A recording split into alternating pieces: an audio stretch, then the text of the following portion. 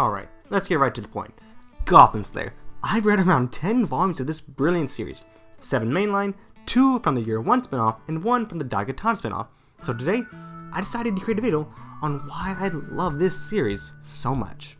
But before we get into why I love this series, there is a controversy with it involving the R word, some goblins, and a character. And honestly, I think people who try to discredit this series as being shock value because of the scene are very misguided and just don't see the beauty of the series.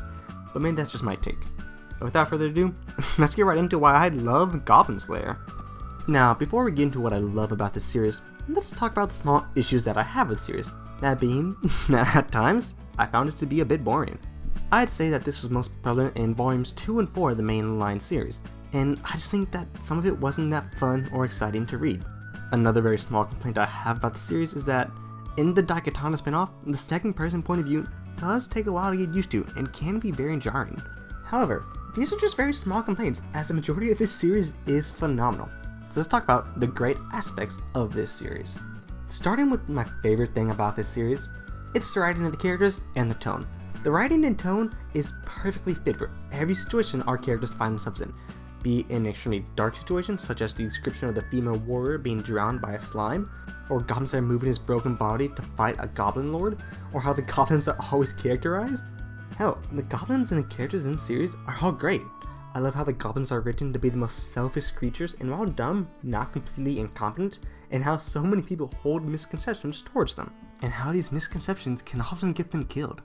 And the non-goblin characters are just as amazing, such as Goblin Slayer or High Elf Archer, my two personal favorite characters, and who I believe have some of the best scenes in the series, with High Elf Archer and her sister, and Goblin Slayer and High Elf Archer in Volume 7.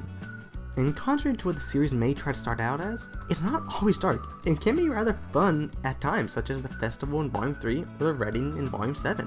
Overall, the writing and tone of the characters, goblins, and everything in the series is amazing and something that I find immense enjoyment in, and would highly recommend this to anyone who'd have a nice time reading. Another great thing about this series is the comedy. The comedy is amazing, from High Elf Archer being saddened by the fact that she never really experiences a true adventure because of Goblin Slayer, to Goblin Slayer simply not knowing how to effectively talk to people and constantly being chastised by Priestess for it. Or maybe even how Cowgirl was so suspicious of Archmage in her relationship to Goblin Slayer, or even Dwarf Shaman and High Elf Archer's constant bickering. I find the series to be immensely funny at times, yet the comedy almost never overstays its welcome, and takes you away from the fact that these characters are often in life and death situations. It's amazing.